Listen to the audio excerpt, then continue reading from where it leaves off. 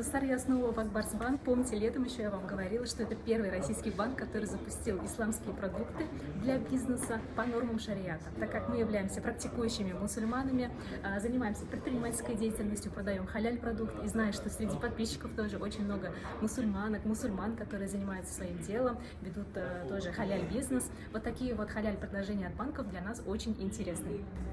Для бизнеса Акбарсбанк предлагает следующие услуги. Это исламский расчетный счет, исламская корпоративная карта, исламский эквайринг, факторинг, лизинг, исламское финансирование мурабаха и проектное финансирование для бизнеса по стандартам исламского права.